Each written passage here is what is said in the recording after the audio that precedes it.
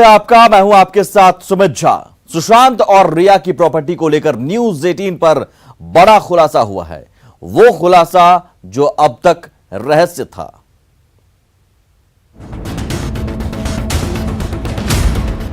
Sushant case की गुत्थी सुलझने की बजाय उलझती जा रही है। हर पल नए नए खुलासे हो रहे हैं। आज न्यूज 18 के 10 खुलासों से सुशांत केस में खलबली मचनी तय है। खुलासा नंबर 1, सुशांत के खाते से रिया के अकाउंट में पैसे डाले गए थे। खुलासा नंबर 2, ईडी को मिले हैं सुशांत सिंह राजपूत के 4 बैंक अकाउंट। खुलासा नंबर 3, सुशांत का प्रमुख खाता कोटक बैंक में था। खुलासा नंबर 4, दूसरा प्रमुख अकाउंट HDFC बैंक में था। खुलासा नंबर 5, स्टैंडर्ड चार्टर्ड बैंक से भी जुड़ा था एक अकाउंट। खुलासा नंबर 6, सुशांत ने कार खरीदने के लिए लोन लिया था। खुलासा नंबर 7, सुशांत के पास कुल 2 कारें थी। खुलासा नंबर 8, रिया और परिवार की 2 प्रॉपर्टी भी सामने आई है। खुलासा नंबर 9, हाल ही में खरीदी गई है रिया की दोनों प्रॉपर्टी। खुलासा नंबर 10, मुंबई में सुशांत का छोटा फार्म हाउस है। जाहिर है इन खुलासों के बाद कई उलझनें और पैदा हो जाएंगी। न्यूज 18 के लिए मुंबई से अमित राय की रिपोर्ट।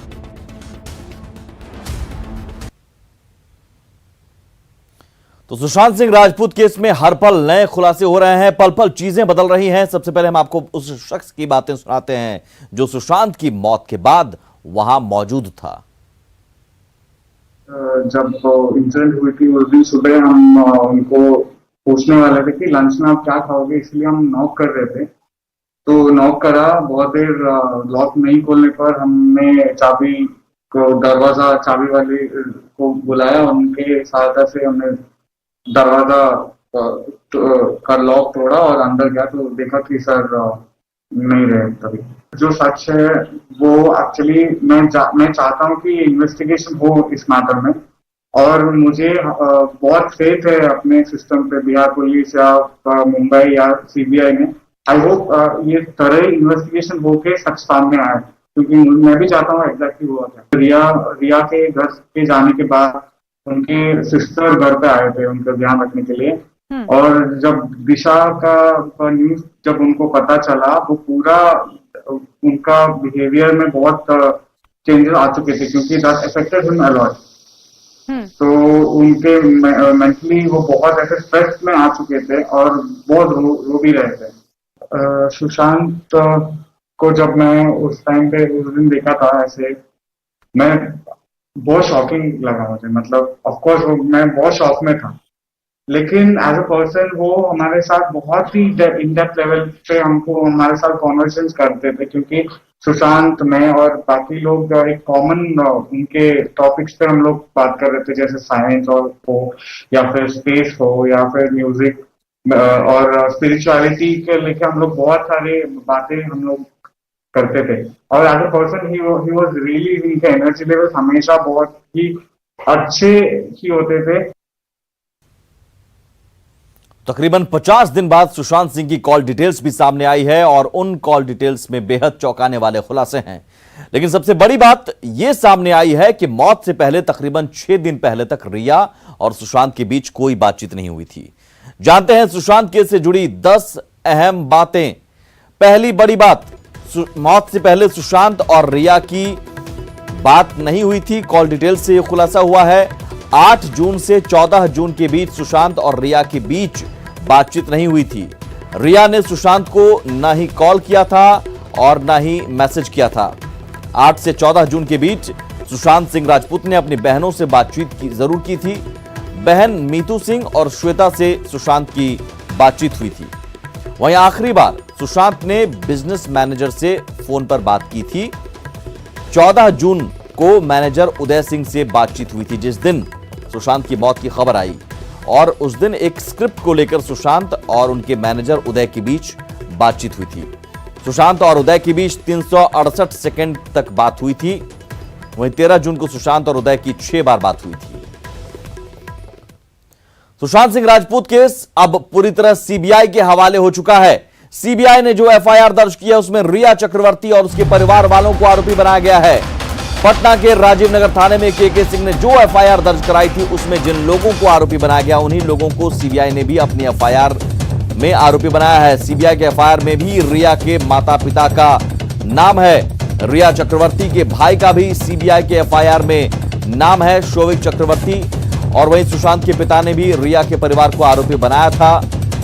सैमुअल मिरिंडा और श्रुति मोदी का भी एफआईआर में नाम है।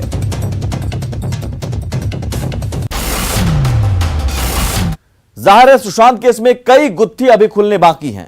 सुशांत सिंह राजपूत के असिस्टेंट रहे अंकित आचार्य ने न्यूज 18 से एक्सक्लूसिव बातचीत की। इसमें उन्होंने कई राज बेपर्दा किए। उन्होंने सुशांत सिंह राजपूत के डिप्रेशन की हकीकत भी बताई, साथ ही भूत प्रेत की कहानी के बारे में भी बताया।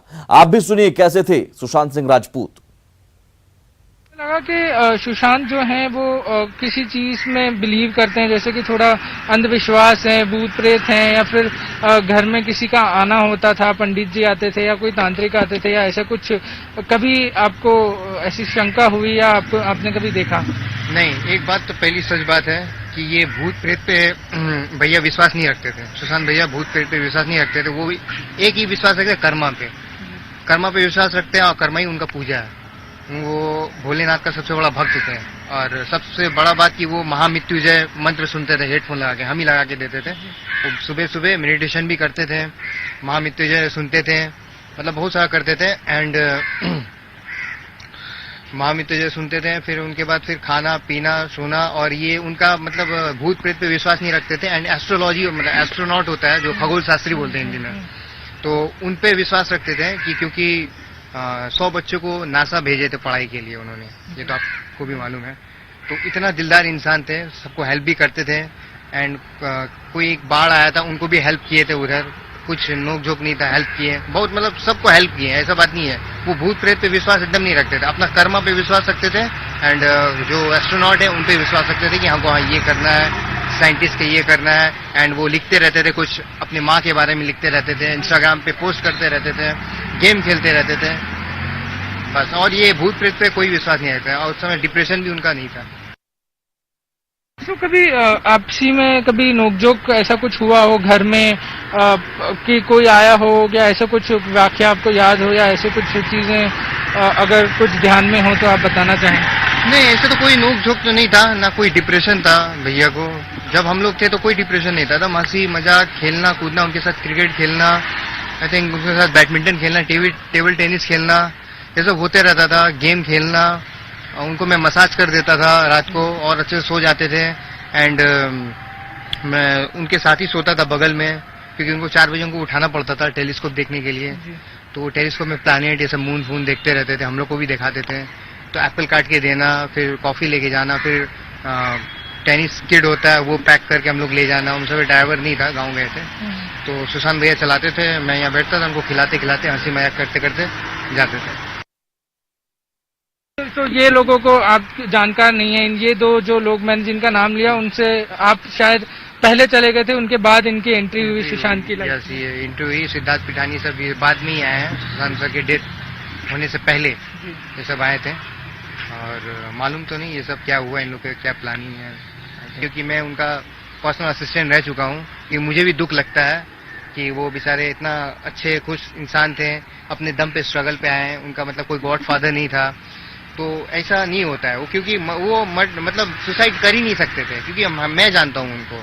और रूम जो लॉक करते थे कि वो रूम लॉक कभी करते नहीं थे। वो जब सोते थे रूम कभी लॉक कर नहीं थे। जब उनका खून हो गया, सोने भीतर से लॉक हो गया, वो लॉक कभी करके नहीं सोते। क्योंकि मैं जब से था, जब वो रूम लॉक नहीं करते थे, ऐसे खोल के छोड़ के सो जाते थे, क्योंकि हमको भी आना पड़ता था रूम में सोने के लिए उनके साथ, मतलब साइड में। तो कभी रूम लॉक करके सोते नहीं थे, उनका आदत ही नहीं था। ये बात है, सबसे मेन पॉइंट ये है। अंकित, जब आप साथ में रहते थे, और कौन कौन जो था, जो परिवार का हिस्सा था, कौन कौन घर में रहता था, कौन कौन था, किसका आना जाना लगा रहता था उस घर में, ऐसा कुछ? सब सुशांत भैया हम लोग के साथ थे, तो हम लोग, मैं और अशोक और सुशांत भैया 3 जन फैमिली थे, हम लोग वहाँ रहते थे। एंड रिया आने से पहले की बात है। एंड उनके एक दीदी थी प्रियंका, जो दिल्ली में रहती है, प्रियंका दीदी, तो वो आती थी 4-5 महीने के लिए रहने के लिए, तो और खुश हो जाते थे सुशांत भैया। तो हम लोग फैमिली ऐसे व्यवहार करते थे, एक साथ खाना बनाते थे, एक साथ बैठ के खाते थे। मतलब एक ट्रीट होता है ना कि नौकर नहीं है हम लोग, तो ऐसे नौकर टाइप का बना के नहीं रखते हैं, ठीक है, मतलब अपना फैमिली का हिस्सा एक बना के रख देते हैं, बस यही इतनी है। और सुशांत सिंह राजपूत केस की जांच में तेजी आ गई है। आज सीबीआई की ओर से मामले की जांच करने वाली टीम का गठन भी कर लिया गया है और एफआईआर भी दर्ज कर ली गई है। सबसे बड़ी बात, सीबीआई ने टीम गठित करने के बाद एफआईआर दर्ज किया है। गुजरात कैडर के आईपीएस मनोज शशिधर बने हैं जांच टीम के प्रमुख। वहीं महिला आईपीएस गगनदीप गंभीर और नुपुर प्रसाद भी टीम की सदस्य में हैं। और इसके अलावा ईडी ने रिया चक्रवर्ती के सीए से भी लंबी पूछताछ की है। ईडी की जांच में रिया चक्रवर्ती की कुछ प्रॉपर्टी का पता भी चला है। मुंबई में रिया चक्रवर्ती से कल पूछताछ करेगी ईडी की टीम और कल रिया चक्रवर्ती को सवालों का सामना करना होगा। इसके अलावा सुशांत के 8 से 14 जून के बीच की कॉल डिटेल्स भी मिली है। आखिरी कॉल में सुशांत ने अपने मैनेजर उदय सिंह से बात की थी। और बड़ी बात, मुंबई से जांच कर पटना लौट गई है 4 सदस्यीय पुलिस टीम। पटना रेंज के आईजी को जांच टीम ने रिपोर्ट अपनी सौंप दी है। रिपोर्ट में कई अहम सबूत मिलने का दावा किया गया है जो अब सीबीआई को हैंडओवर किया जाएगा। सुशांत केस की जांच करने मुंबई गई बिहार पुलिस की टीम तकरीबन 10 दिनों बाद पटना वापस लौट आई है। टीम के चारों सदस्य फ्लाइट से पटना लौटे, जबकि आईपीएस विनय तिवारी अभी भी मुंबई में ही क्वारंटीन है। मुंबई से पटना लौटी टीम ने अपनी रिपोर्ट आईजी को सौंप दी है। अब तमाम सबूतों को सीबीआई को सौंपने की तैयारी है।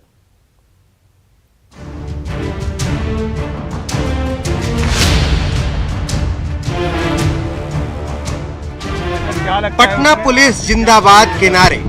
नजर क्या लगता है उसमें कि क्या परिस्थिति आपको दिखती है? नजर क्या लगता है? पटना एयरपोर्ट पर पहुंचते ही फूलों से स्वागत। क्या लगता है?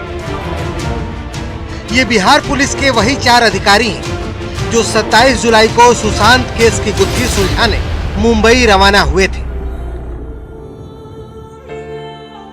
मुंबई पुलिस की लाख अटकलों के बाद भी बिहार पुलिस तकरीबन 10 दिनों तक तहकीकात करती रही और सुशांत केस में अहम सबूत जुटाए। पुलिस टीम का कहना था कि उन्होंने इस तहकीकात में अपनी पूरी जान लगा दी। बहुत बढ़िया, हमने जितना करना था हमने किया है। जी हाँ, बिल्कुल बिल्कुल, जी बिल्कुल, फॉलो कर रहे थे। ऐसा हम लोग को जानकारी मिली थी। कहा जा रहा था कि आप जी जी, बीएमसी वालों से बच के आप कैसे एयरपोर्ट तक?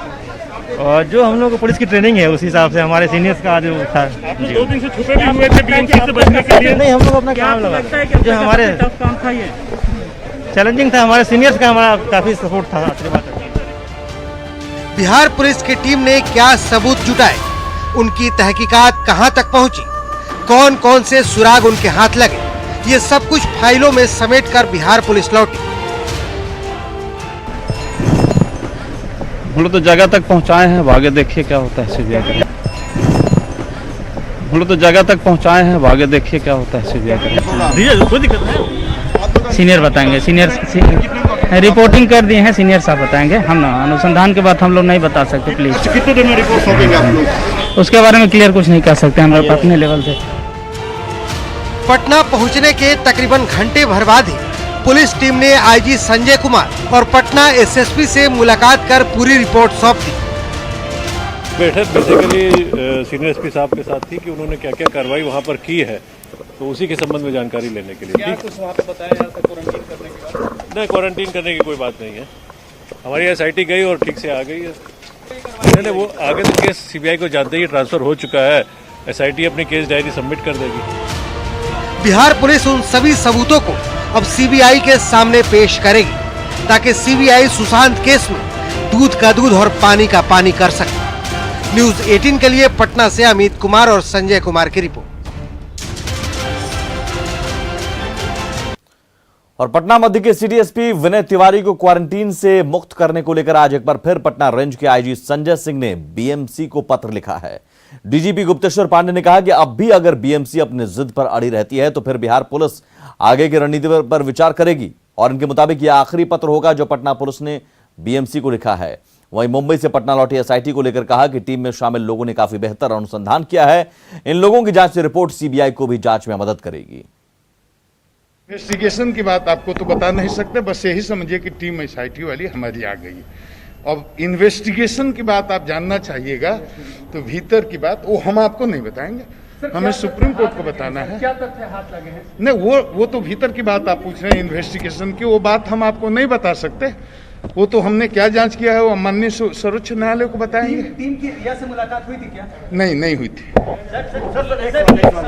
आपकी टीम ने जो अनुसंधान किया है, CBI जब इस पूरे मामले की जांच करेगी, अनुसंधान करेगी, तो आपकी टीम के जो अनुसंधान में जो पार्ट आए हैं वो CBI के लिए कितने महत्वपूर्ण हो सकते हैं? नहीं, वो CBI जो हमसे सहयोग लेना चाहेगी हम देंगे, और मुझे पूरा विश्वास है कि हमारे लोगों ने जितना काम किया है वो बहुत महत्वपूर्ण है, इससे ज़्यादा हम कुछ नहीं। विनय तिवारी के मामले में आज हम लोगों ने, कल जब सुप्रीम कोर्ट ने ये ऑब्जर्वेशन किया था कि उनका कन्फाइनमेंट ये गलत है, ये ऑब्जर्वेशन था, तो उस ऑब्जर्वेशन के आलोक में BMC को उनको मुक्त कर देना चाहिए था, एग्जम्पशन दे देना चाहिए था। देखिए, बहुत दुख की बात है कि उसके बाद भी उन्होंने नहीं दिया, क्योंकि उसके बाद पटना के IG ने BMC के अधिकारी से बात की थी, लेकिन कोई सकारात्मक जवाब नहीं मिला। तो हम लोगों ने आज फॉर्मली चिट्ठी लिख करके उनको सूचित किया है कि भाई माननीय सर्वोच्च न्यायालय का ऑब्जर्वेशन है, आप क्यों नहीं मुक्त कर रहे हैं।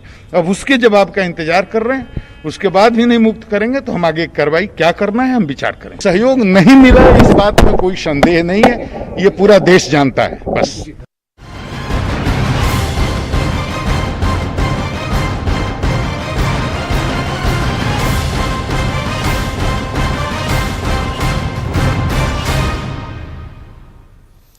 आगे बढ़ते हैं। लगभग आधा बिहार बाढ़ की चपेट में है। 16 जिलों के 121 प्रखंडों में करीब 67 लाख लोग परेशान हैं। सरकार की ओर से हर स्तर पर राहत और बचाव कार्य किए जा रहे हैं, लेकिन आपदा इतनी बड़ी है कि लोग त्राहिमाम कर रहे हैं।